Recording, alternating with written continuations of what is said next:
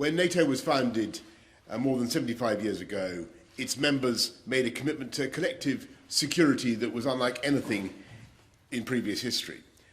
And when the Berlin Wall fell, the people of Europe made clear that they wanted their freedom and their security to be inextricably tied together. And that's why NATO agreed that any country should be free to pursue the security alliances that that country chose. And we must resist, we must oppose any return to the days when the fates of nations are decided over their heads by a handful of great powers. And I want to stress that this is not just about Russia, just as NATO itself is not just about Russia. Of course not. This is about upholding the founding principles of an alliance which, perhaps more than any other institution, has brought stability and peace, prosperity to the world. And that must be the bedrock of our diplomatic efforts. The UK's commitment to European security is unconditional and immovable. We have the biggest defence budget in Europe and the second largest in NATO. We've contributed more troops than any other ally to NATO's enhanced forward presence. And today I've agreed with the Secretary-General a package of support to strengthen further our collective security, sending troops, planes and ships to defend NATO from north to south. Earlier this week I met the Prime Minister of Lithuania. I'll be travelling shortly to Poland. And these are countries where every day the population wakes with an acute awareness of the threat just across their border. And they are countries whose voices and views must be at the heart of every discussion we have. Because I believe that if we can keep a strong grip on the fundamentals, those fundamental principles that define our alliance, and combine strong deterrence with patient diplomacy, then we can find a way through this crisis.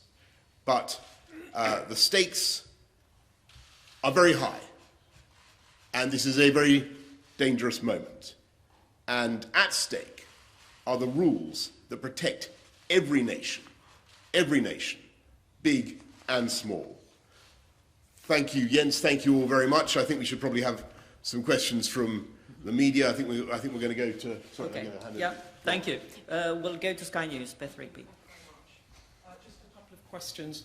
Prime Minister, 2 weeks ago you said the intelligence was particularly gloomy when asked about the inevitability of a Russian invasion into Ukraine. Since then, the combination of the threat of sanctions, deploying troops to Eastern allies, diplomacy has failed to de-escalate this situation. Are you coming to the conclusion that President Putin actually wants this war? And to the Secretary-General, you just said that this was a dangerous moment for European security. Different allies from France to the UK to the US are taking slightly different approaches to dealing with Russia. Are you concerned about these different approaches sending mixed messages to Russia?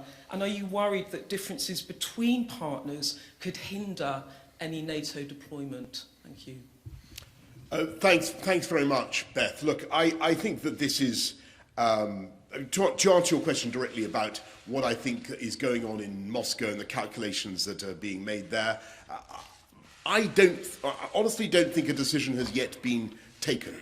But that doesn't mean that it is impossible that something absolutely disastrous could happen very soon indeed. And our intelligence, I'm afraid to say, remains grim. And we're seeing the massing of huge numbers of tactical battalion groups, tactical groups on the borders of Ukraine, 70 or more. This is probably the most dangerous moment, I would say, in the course of the next few days, in what is the biggest security crisis that Europe has faced for decades. And we've got to get it right. And I think that the combination of sanctions and military resolve plus diplomacy are what is in order. And everybody understands you ask about whether we're at one across the West on sanctions. I think increasingly, actually, we are at one.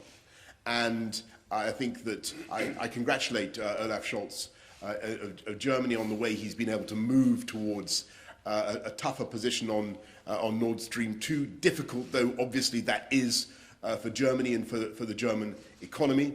I think that the UK has been able to help to bring people together with an automatic package of sanctions that would hit Russian commercial and strategic commercial interests.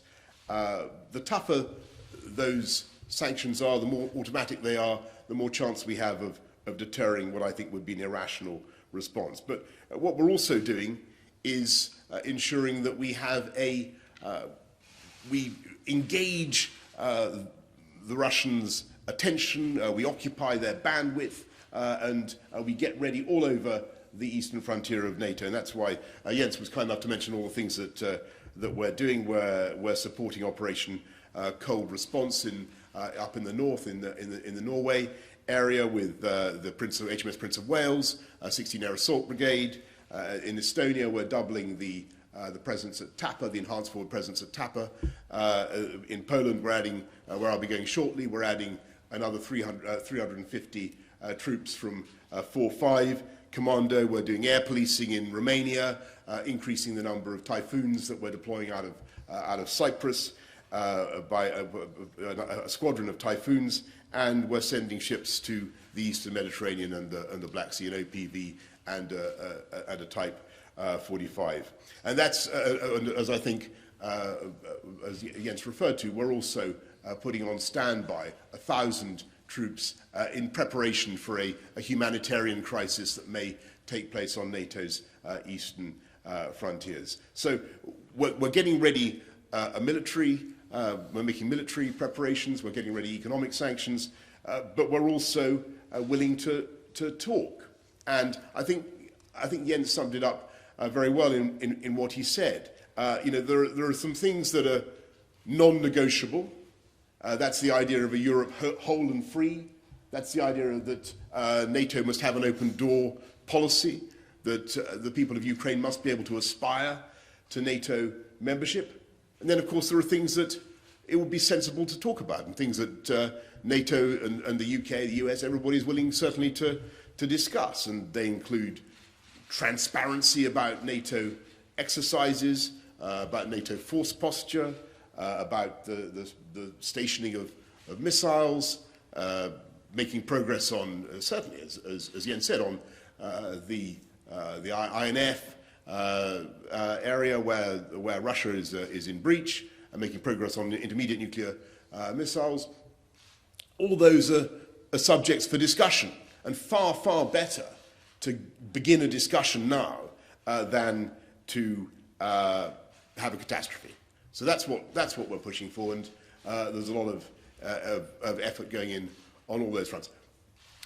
But Beth, whether it's going to pay off now, whether we're going to be successful, I simply can't say. Then on the unity of the alliance, I think what we have seen over the last weeks and months is actually a very united NATO, where we stand together both when it comes to our diplomatic efforts, but also when it comes to the necessary military adaptation we have implemented. On the diplomatic efforts, all allies agree that we need to sit down with Russia to engage in good faith in talks to try to find a political, peaceful solution to the conflict. And that's the reason why we have invited Russia for meetings in the format of the NATO-Russia Council, why I welcome that NATO allies, as the United Kingdom, but also other allies, engage directly with Russia. Secretary Liz Truss is in Moscow today, and other allies have reached out because we need a broad approach when it comes to our diplomatic efforts with Russia. But this is based on a unified message, which all NATO allies has agreed. We agreed a comprehensive document which we sent over to Russia as our common response, as our united response to the legally binding treaties that Russia proposed for us some weeks ago. And this is the agreed basis. This is the agreed message, exactly as Boris said. We list areas we're ready to sit and discuss on arms control, missiles, nuclear, many other issues. The point is that it has to be verifiable and balanced.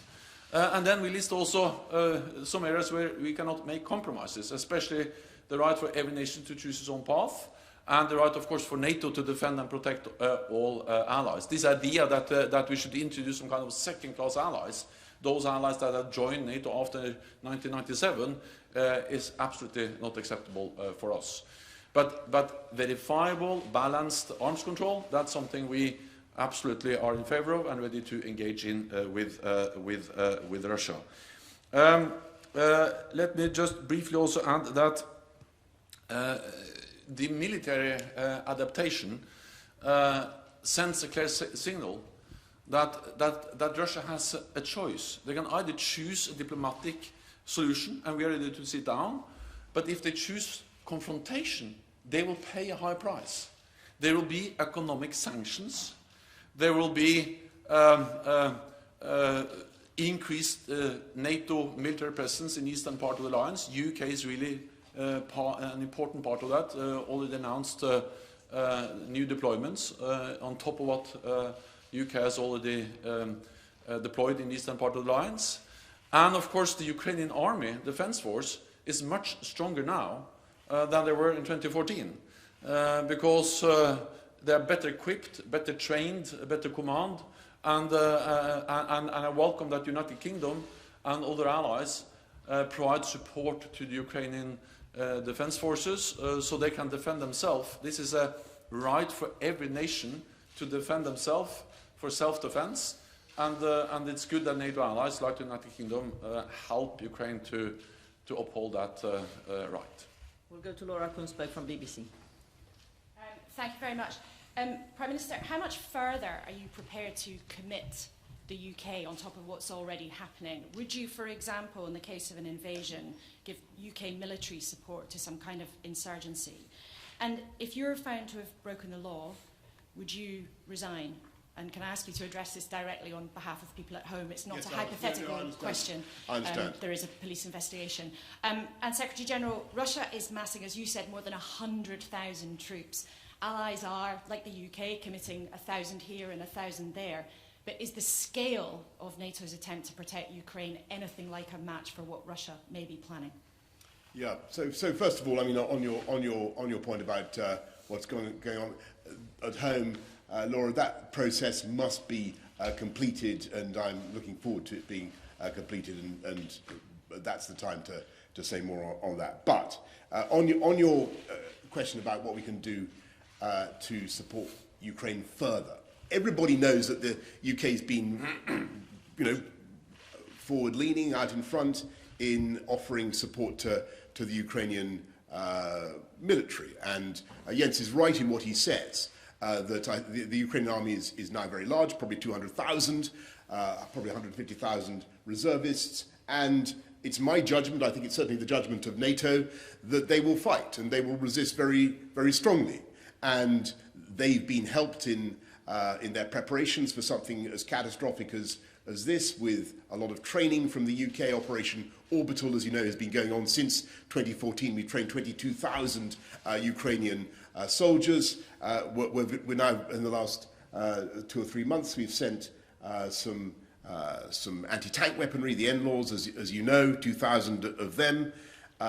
We will consider what more we can conceivably offer. But I have to tell you that the Ukrainians are well prepared. There are things that we've offered that they, in fact, don't seem to need, because they think that they have them in enough numbers already. So it's possible. I don't want to rule this out, but at the moment we think that the package is the right one. But I just want to stress that it would be an absolute disaster if it were to come to that, and if there would be serious bloodshed on Ukrainian soil. And I know that people in Russia must be thinking about this too. And I know that in the Kremlin and across Russia, they must be wondering whether it is really sensible to expend the blood of Russian soldiers in a war that I think would be catastrophic and also pointless, tragic, and vastly economically costly to Russia. And all I would say is that this is the moment now to think of another way forward.